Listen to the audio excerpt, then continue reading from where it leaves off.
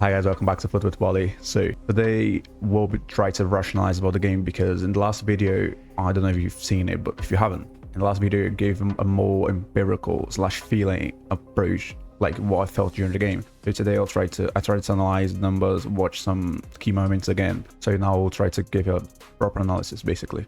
So guys, you've seen the numbers, and if you only look at the numbers and see, oh, Man United 16 total shots, 4 big chances, 1 expected goal, you might think, oh, it was a good game by Man United, but it wasn't. Man United had no idea what they were doing with the ball, and Spurs were only counter-attacking. Spurs chose to play in a more transitional, long ball crossing, like trying to finish their business as soon as possible. But I think that was increased, especially in the second half after scoring, because at the beginning, like in the first half, I don't think Spurs was so defensive. I think they were transitional, also defensive, but not like parking the bus. And I'm gonna show you this through the numbers.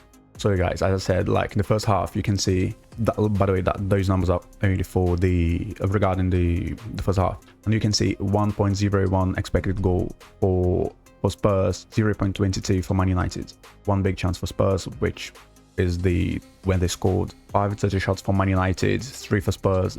But like, even though Man United had 5 30 shots, I felt Spurs were closer to score than Man United. Analyze the quality, the overall quality of their chances. Like, another thing that Spurs did well was analyzing, saying, okay, Bruno is playing the DM, Mason Mount is doing nothing on the pitch, so we only need to mark Diallo because he's literally the only threat. So Udogie, Bissouma, Van de Ven, they were all looking. We've seen, okay, Diallo, you're the only one, and you're like a 20, I think still, he's like 21, 22 years old.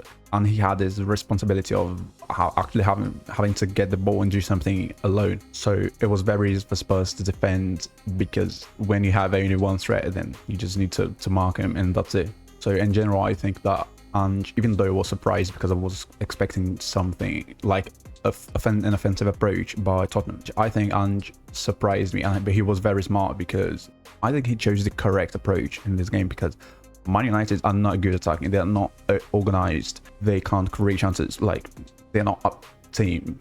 When I watch Man United, I just watch and think, those players are 11 random players playing with the same shirt. Also, they're very horrible running backwards, so Spurs were able to take advantage of this. In the first half, Spurs were focusing on long balls mostly for Richarlison, because he has the physicality to get the ball and then invert the ball to Brennan Johnson, for Brennan to have either 1v1 or cross the ball, or even go into the area, as we've seen in the goal, for example. Because in the goal, I remember Richarlison passes to Bentancur passes to crosses the ball to Brennan Johnson. So they had this triangle playing here, and Brennan invading the area. And then when Spurs scored, Spurs scored with Brennan. And then what happened was that in the second half, Spurs did not play the game, and that was correct. I think that was correct, because as I said, Man United can't attack properly. So the only chance for Man United was Spurs exposing themselves and giving space to Man United to run. And you can see by the numbers that Spurs had more clearances, like 32, than the long balls, 22. Because the focus, the objective, the goal, everything, they were concentrated in only one thing, that was to get the ball as far as possible. Like, we don't want the ball, I don't know, they wanted the ball to disappear, and I think that was the right approach. The important thing was winning the trophy, and that's what they did. And Man United are so bad that they could only cross the ball. Like, I do not remember. Try to remember, guys. Like, you watch the game, try to remember Mason Mount dribbling someone, doing something, a pass, trying to create a chance. I do not remember. Like, Bruno playing the DM, doing nothing offensively. He was trying, but I think Amorim chose the wrong position for Bruno. Casemiro didn't show up in the second half as well as the first half. The only problem for Spurs was Diallo. And I'm not saying Diallo played an amazing match. I'm just saying that he was trying, at least. By the way, just checked it, and because I read what I had wrote, the nice crosses. I was like I don't remember how many Man United were actually able to win, in the aerial duels, or not aerial duels, but crossing, their percentage of right crosses, and it was 5. I mean, not 5, in the sense of 5%, 5 out of 19, so like roughly 25-26%, because Spurs were amazing defending, like Romero, insanely good. Romero, I always say that that's getting repetitive, by the way, because I always say Romero is one of the best in the world in his position, at least within the top 5. I'm very sure he is.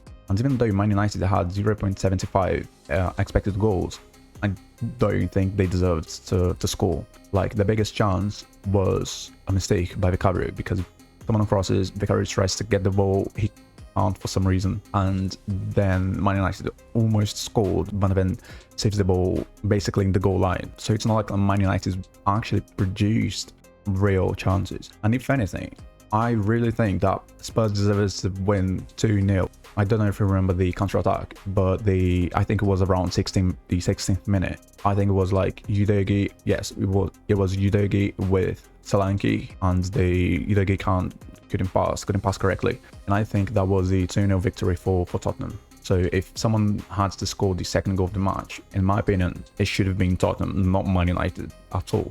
So in general, and by the way, I predicted this in my last video, I was expecting a 3-2 win for Tottenham, because I wasn't expecting Ange to show a versatility, to show that he can adapt, but he surprised me in a positive way.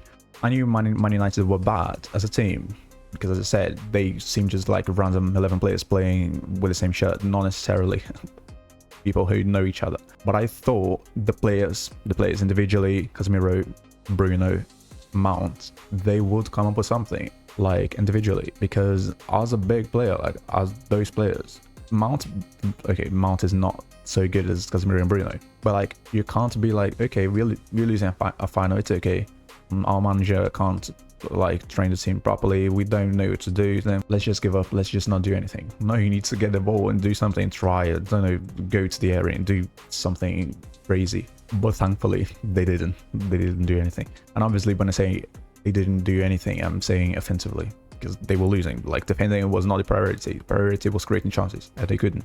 And talking about Ange specifically, he showed me and everyone else that he would do anything to get a trophy, even not playing Ange ball, because that was not Ange ball at all. He is a manager who wants to attack, he wants to have the ball for most of the time, he wants to create chances, even maybe being entertaining in a sense, but he understood what was necessary in this game.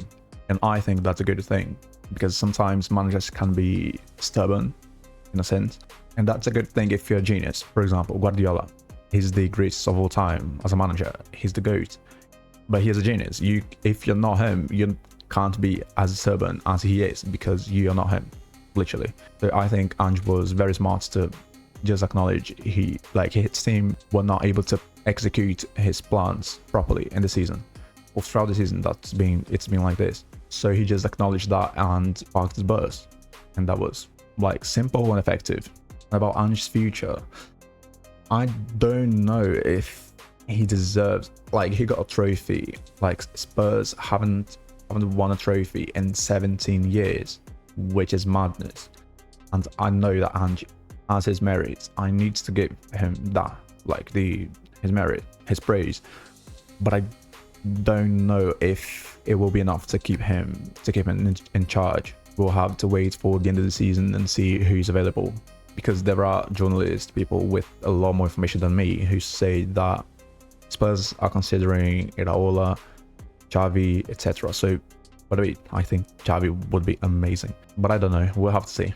I'm also preparing a video about signings that would be amazing for Spurs, and I have 7 names that would be amazing, but I'll try to reduce this to 4, 3 or 5, I don't know, or I'll have to see. Then I'll make a video for you guys. But that's it, guys. That was my rational analysis regarding this game, and don't forget to like, subscribe, do all the things you need to do, okay? Please. See you next time. Bye.